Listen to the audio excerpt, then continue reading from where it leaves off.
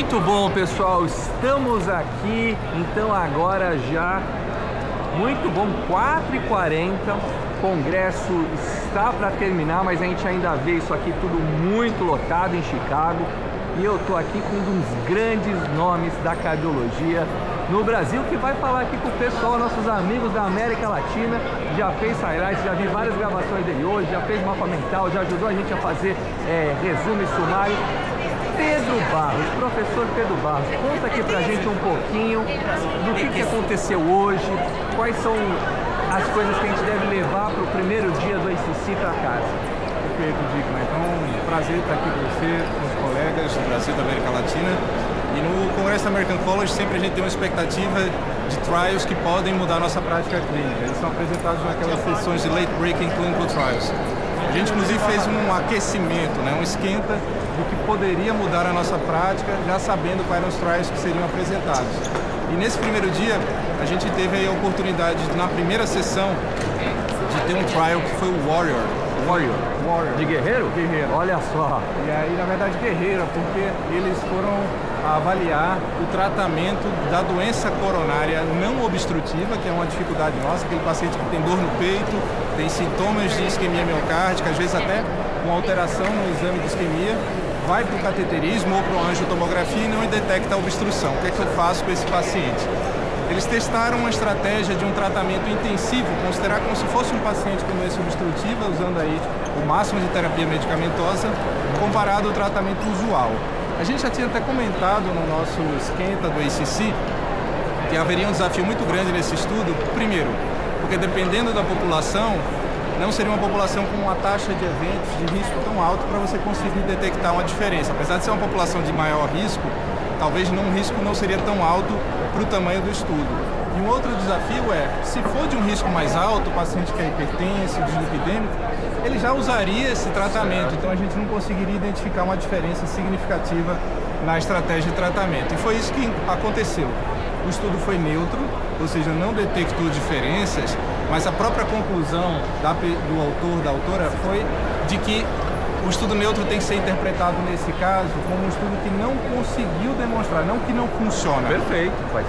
Não conseguiu demonstrar por quê? Porque justamente a gente tinha uma população que era menor do que o previsto, até a pandemia dificultou a inclusão, e o grupo, que era o grupo controle, também recebia esse tratamento para a prevenção cardiovascular. Então o Warrior não é um estudo, vamos dizer assim, que muda a nossa prática, mas, de certa forma, reforça que a gente deve ter um olhar diferente para essa população. Ô Pedro, me fala uma coisa, você ali como conduz a nossa pós de pesquisa clínica do BCRI, para os nossos residentes de cardiologia, o pessoal que está entrando na área como um todo, quais são diferenças normalmente, as dificuldades metodológicas que os estudos podem enfrentar rapidamente? Assim, você falou de uma delas, captação de pacientes, Covid atrapalhando. O que costuma impactar na qualidade ou no resultado de um estudo?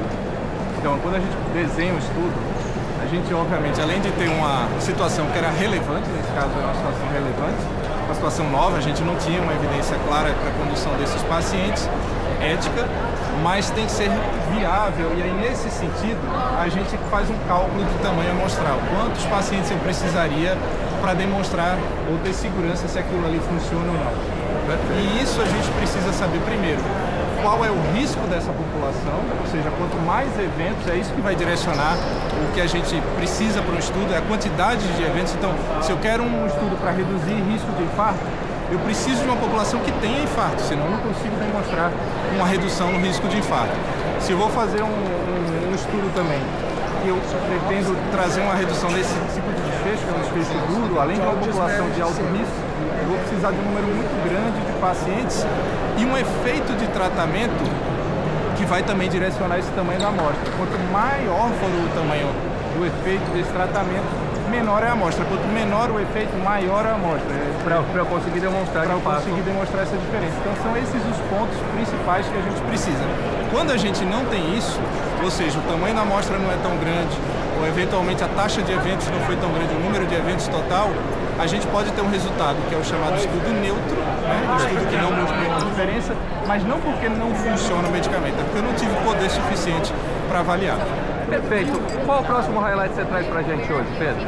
Em relação ao próximo highlight, eu acho que o mais interessante aqui em relação à primeira sessão late breaking, essa que pode de fato mudar a nossa prática clínica e que vai além da cardiologia, foi um estudo chamado APICAT. Esse estudo ele avaliou tromboembolismo venoso no paciente com câncer ativo. Então todos sabemos que o câncer é um fator trombogênico, aumenta o risco de fazer trombose venosa profunda, embolia pulmonar.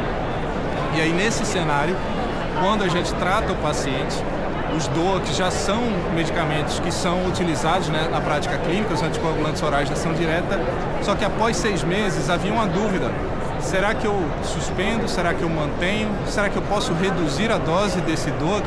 A tendência, de uma maneira geral, é manter enquanto o paciente tem um câncer ativo. Então, se o paciente tem a doença detectada, se está em tratamento antineoplásico, esse paciente vai continuar recebendo anticoagulação porque o fator de risco trombogênico permanece. Perfeito. Por outro lado, ele tem um risco de sangramento alto, dependendo do tipo de câncer gastrointestinal, esse paciente sangra muito.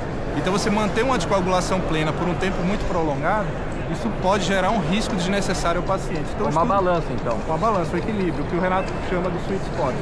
Então esse estudo ele testou o quê? Após 6 meses de tratamento, o paciente já com anticoagulação plena, e aí a ideia é, será que eu posso reduzir pela metade o apixabana, que seria um anticoagulante oral de ação direta?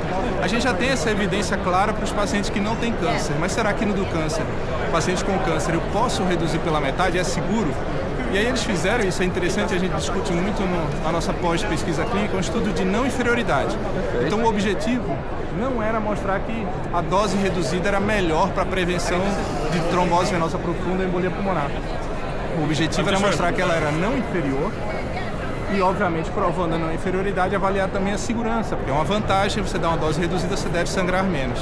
Agora, falando aqui como médico, não cardiologista da área, deve dar um certo receio para conduzir esses estudos, né? Porque a gente nunca sabe qual vai ser o desfecho, né? Exatamente, é sempre um desafio, às vezes a gente acha que vai para um caminho e vai para o outro. Por isso que é importante ter também um comitê de monitoramento e segurança do estudo.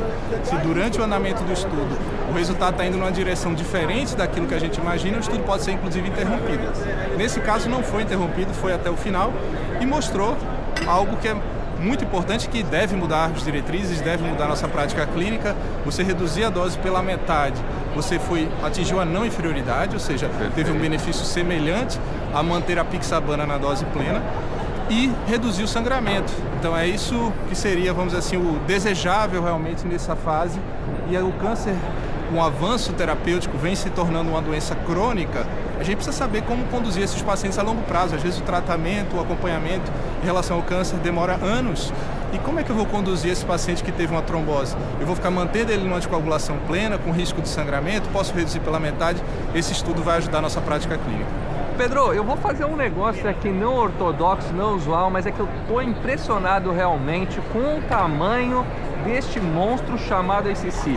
A gente está aqui com a câmera 360, você já deve ter visto no highlight algumas partes aqui do lugar, mas deixa eu mostrar para o público que está ali em casa, né, o tamanho dessa brincadeira aqui, para quem não está acostumado, pessoal.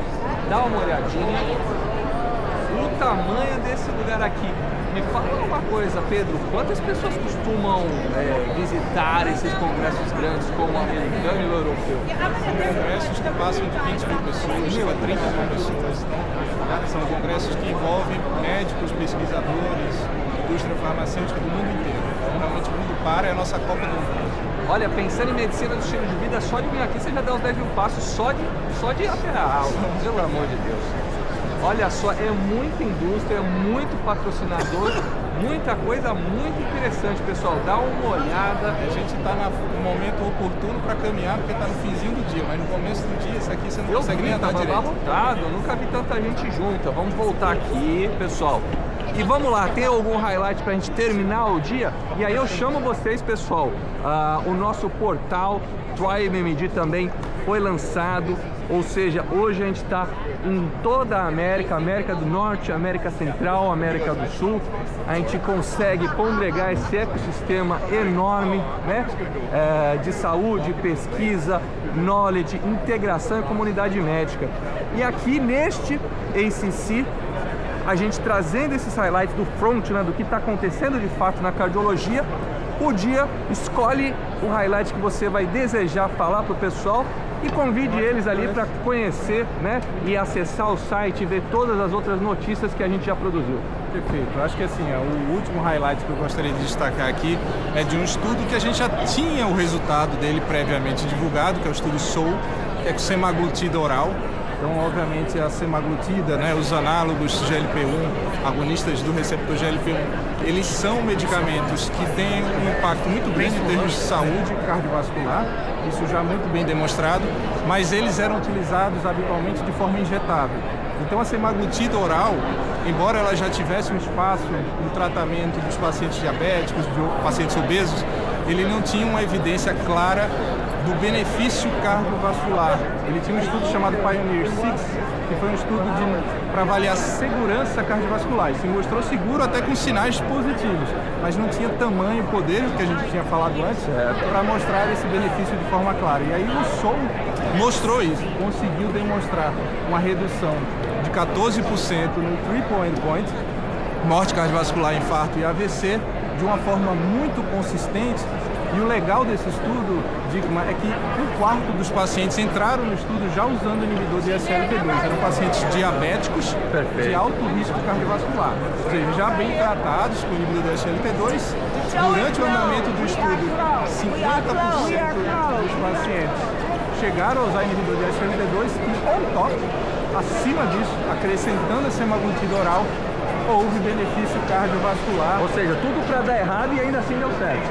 E aí mostrou que é importante realmente usar os dois juntos, né? Que era uma dúvida, muitas vezes ficava um ou outro, não. É importante dar os dois para esses pacientes que têm um alto risco cardiovascular, e aí nesse estudo, pacientes que já tinham doença aterosclerótica, pacientes que tinham doença renal crônica, houve um benefício do acréscimo, e aí obviamente aí a gente tem 25 a 50% dos pacientes com inibidor de SLT2 com um acréscimo do agonista do receptor GLP-1 por via oral, que é uma comodidade importante para os pacientes não terem que usar semaglutida apenas injetável, agora via oral. Para o diabético, com alto risco cardiovascular, ficou demonstrado também o benefício. Olha só, Pedro, eu tô vendo aqui para vocês na cardiologia, também na endócrino, cardiometabolismo, tratamento de obesidade, isso já era uma norma.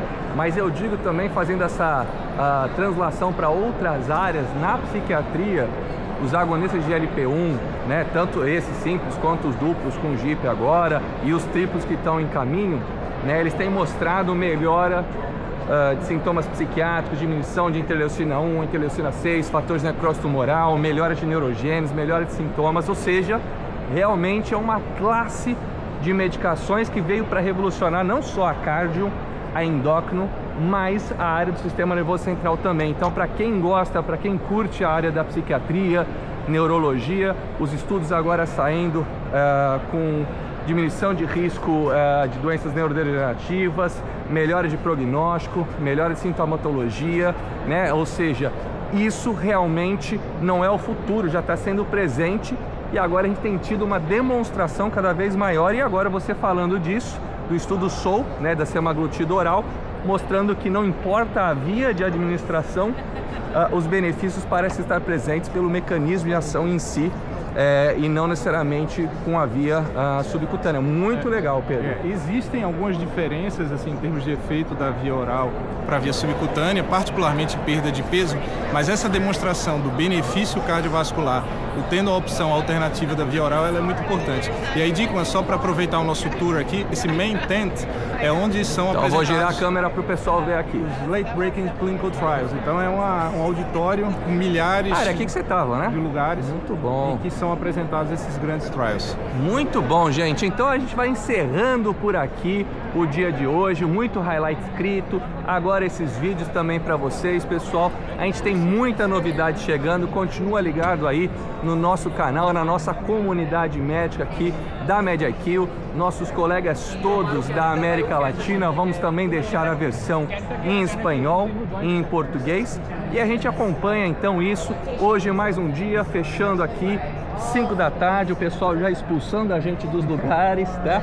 Olha ali, ó, tá tendo Reproductive Health and Cardio Obstetrics Member Sections, ou seja, é aula que não acaba mais aqui. Pedro, deixa então o seu tchau e convido o pessoal para acompanhar a gente amanhã. É isso aí, pessoal. Esse é só o primeiro dia. Teremos aí mais 2 dias de muita atividade, além do pós-ACC, que a gente vai fazer um deep dive nesses trabalhos, no que mudou em relação à nossa prática clínica. Fica o convite não só para você acompanhar o Cardio Update, mas para conhecer também o MedIQ Prime Cardio, onde a gente faz uma jornada muito especial e diferente num programa perpétuo de educação em cardiologia. Muito legal, Pedro. Só para terminar, sabe quantos passos eu já dei? Não. 14.500 só andando nesse lugar aqui, pelo amor de Deus. Um grande abraço, pessoal, e até amanhã. Até mais.